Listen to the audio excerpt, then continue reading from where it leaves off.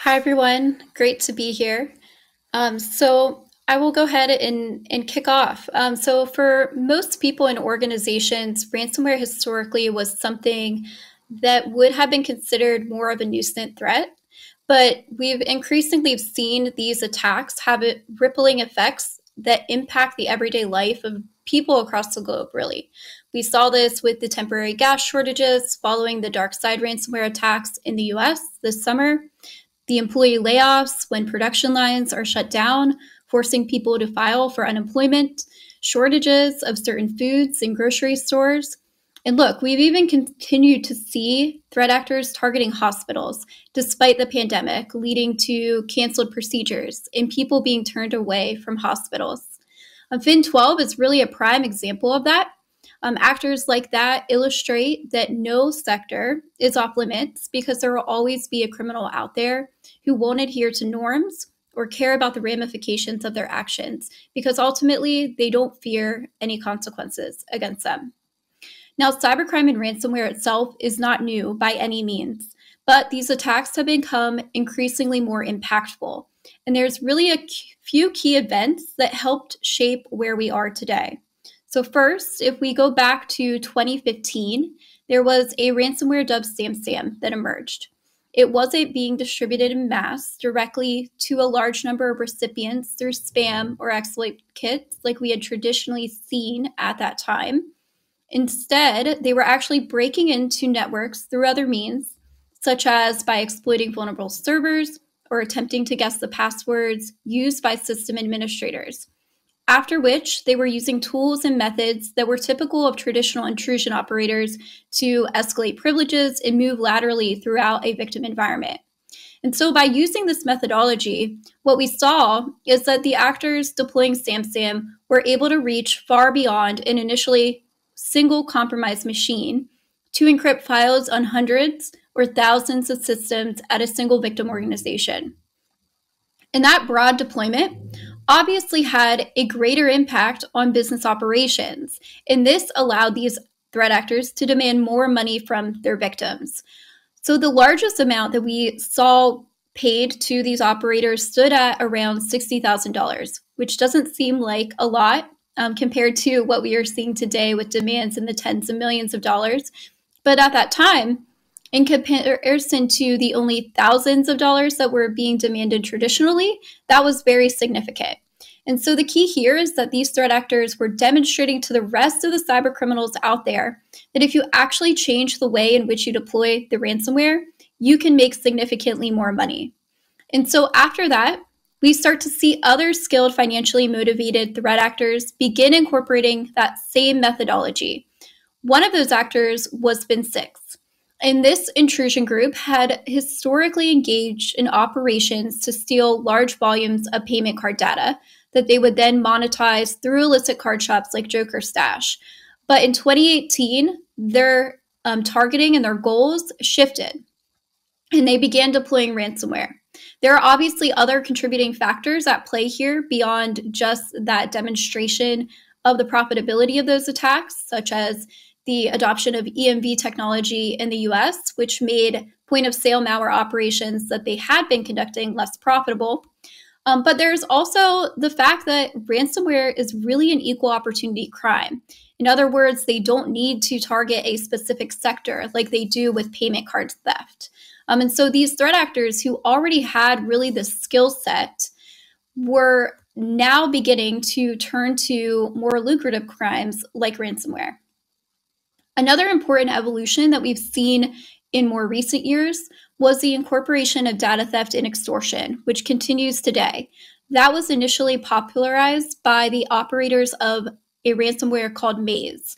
And in December of 2019 is when they registered a domain that would then become the central place where all data that was stolen from victim environments would be posted.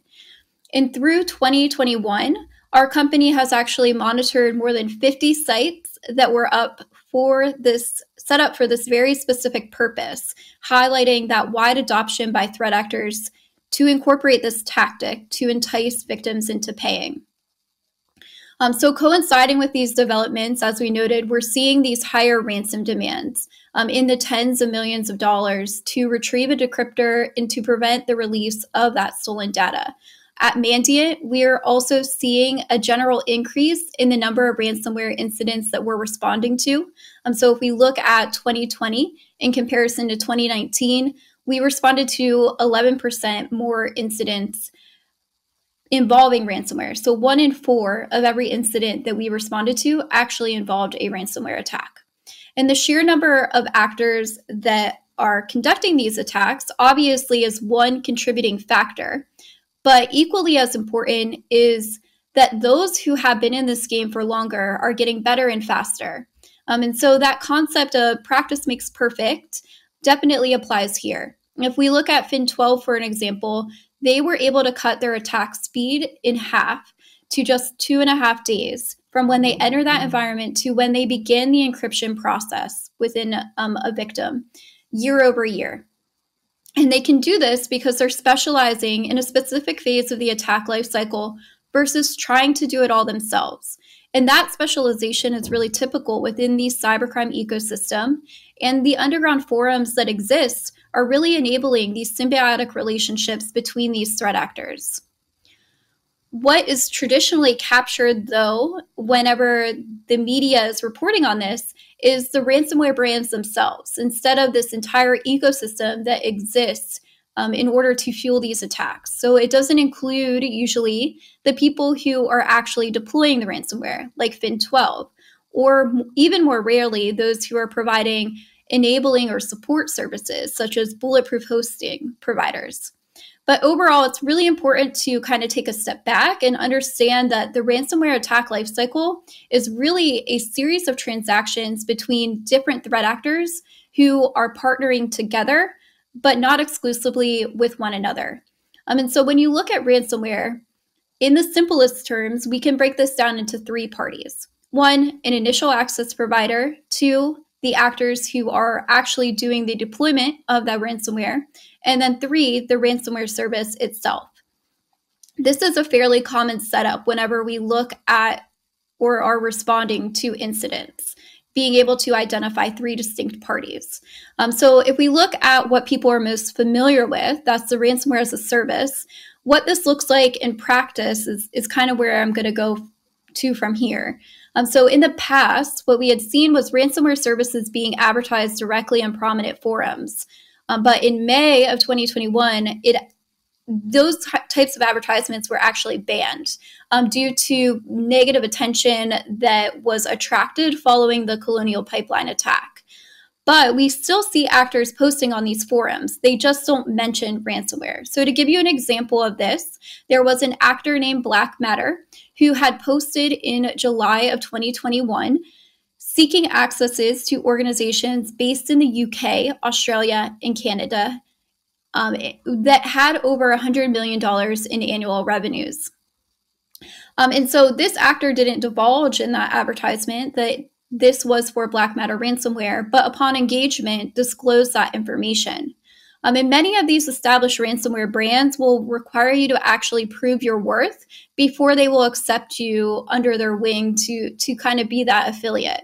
So in the case of Black Matter, for example, there was a list of criteria that you could meet, such as having an aged account on a prominent Russian language forum, providing a significant monetary deposit, or having an already existing affiliate vouch for your legitimacy. And they do this because they don't want security researchers and they don't want law enforcement to have access to their infrastructure or to their tools. And so if you're able to pass that check, you will typically then receive access to an administration panel, which is where you, as an affiliate, would be able to create builds of the ransomware, manage some of the content that is appearing on the shaming blog, and viewing the victim communications or payouts that are happening as well. Now, the affiliates are really key in ransomware operations because those are the individuals responsible for deploying the ransomware. And some of the groups behind this aspect of an operation can be quite large. We often see them using private chat servers like Rocket Chat or Mattermost to coordinate their operations. To give you a better example of the size, we've identified one group of actors using Conti ransomware earlier this year that was comprised of nearly 50 individuals who were actually broken down then into smaller teams, each with a team leader who oversaw the tasks of that particular team. Another threat actor that we track who has deployed Ryuk illustrates some of the coordination and organization that these intrusion groups can have as well. What was most interesting about this particular threat actor was that rather than relying on a single person to encrypt hosts for each victim, an actor who would act as a coordinator actually assigned a list of hosts to different members of the group to encrypt. Those actors will then log in simultaneously to that victim environment to start the encryption process on their assigned systems. And why this is notable is because it's relatively obvious to a victim when ransomware is starting to be deployed on their network. And so they are going to react in some way to try to slow down that attack. But in this scenario, because you have multiple actors logging in simultaneously and deploying ransomware against different systems, they're able to encrypt a broader segment of the network before that victim has time to mitigate that attack. The third group of important actors in a ransomware attack are those initial access providers. They can gain access to organizations through a variety of means, sending malware or through emails, exploiting vulnerabilities in VPN software, but ultimately they themselves may also contract out parts of their operation. So for example, there may be an actor who has a piece of malware who then looks for additional spammers to distribute that malware on their behalf. And then those infections that are successful will be managed through an administration panel, similar to the ransomware service. But what we've seen in some of these panels that's actually pretty interesting is a comments field, which will reference the annual revenue of a victim organization. And that illustrates that really this is an important factor for prioritizing which targets they want to hit next, but also which ones their partners might be interested in attempting to work, because certain actors will not try to exploit organizations if they don't meet a certain threshold in terms of annual revenues, because ultimately the higher annual revenues, the higher amount of money they can demand. Each one of these roles, the access provider, the intrusion operator, and the ransomware service, requires a really different skill set. But this division of labor, dividing it like this, allows actors to focus on a smaller subset of tasks versus having to learn to do all aspects of the operation themselves. And this enables them to conduct attacks more efficiently. It's also really important to note here that the actors don't necessarily have an allegiance to one another, like your traditional espionage actors. Their goal is simply to make money. And this means that you can see an initial access provider partnering with multiple teams of intrusion operators who deploy ransomware. And then you can also see intrusion operators who actually partner with multiple different ransomware as a service brands concurrently or over time. There was a recent dispute between two actors in an underground forum that I think did a really good job of illustrating how these groups internally operate as well. And so in August of this year, there was a link posted to an archive containing manuals and software that were actually provided to actors distributing Conti ransomware. And that archive contained more than 50 files that were related to a variety of tools and tasks. So for example, there was a Cobalt Strike manual that described the entire ransomware intrusion lifecycle, from how to find targets to how to select data for exfiltration. There were also other manuals, including how to use a tool called rclone to exfiltrate victim data, how to use a tool called AnyDesk to access victim environments, and also how to use a tool called adfind to enumerate computers within the Active Directory. And effectively, these tools or manuals and tools together become a how-to guide for ransomware operations. Now, if we look, this actor actually claimed to be recruited by somebody named IT Work. And if we look at their postings, what we can actually see, whether they're true to their word or not, is that there are certain elements of an employment contract that are posted in the solicitation. The standard work hours, 5 days a week, paid holidays, a set salary, bonuses. We also see mentorship through a lot of these private chat servers and encouragement to propose new solutions or tools that could be incorporated into attacks or developed. And what this shows is that these cyber criminals are generally operating in many ways like a legitimate company would in terms of its recruitment, hiring, training, and even outsourcing practices. And this all works because every entity within this chain of transactions is getting paid. If we go back to that earlier example that I called out in regards to the group of actors deploying Conti, the percent breakdowns there played out like this. The team would pay 30% of a successful payment to the owners of the Conti ransomware, 20% of the profits toward the infrastructure and development support, and then the intrusion operators would receive 30 to 35% of the profits, and then 15 to 20% of those profits would then be given to the initial access providers.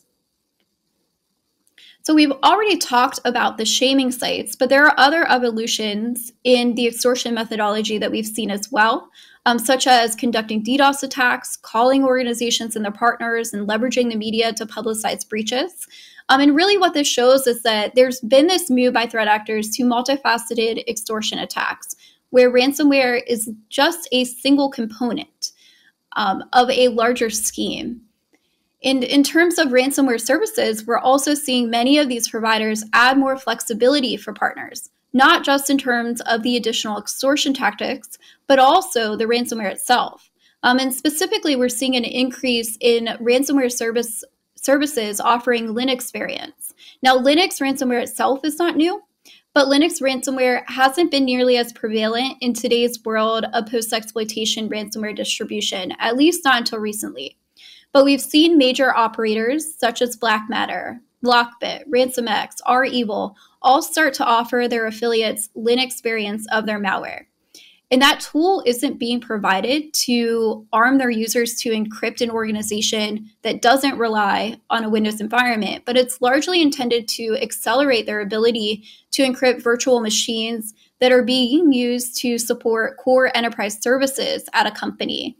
And ironically, in many of the cases, these systems are likely to be running Windows.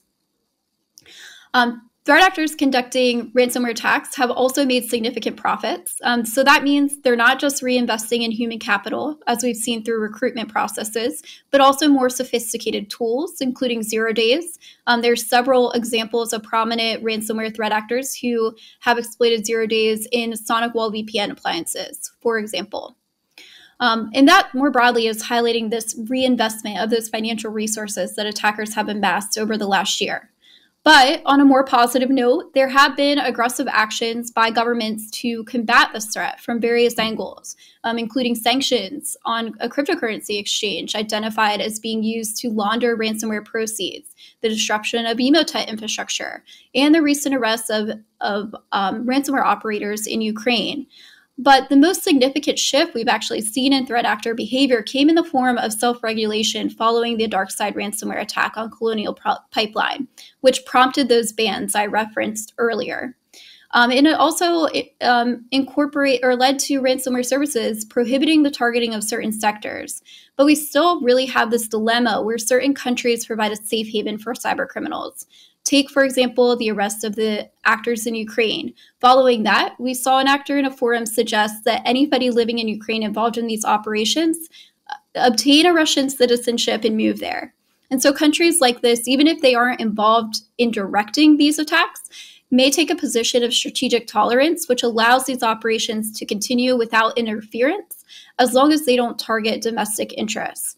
And ultimately, because of the lucrative nature of ransomware operations, they are going to continue to persist until we can change the attacker's cost-benefit analysis. But the increasing attention and focus on this issue is a potential bright spot that we can point to that might help reduce these attacks going forward in the future. And with that, I will conclude and wrap up and see if we have any questions that I might be able to answer.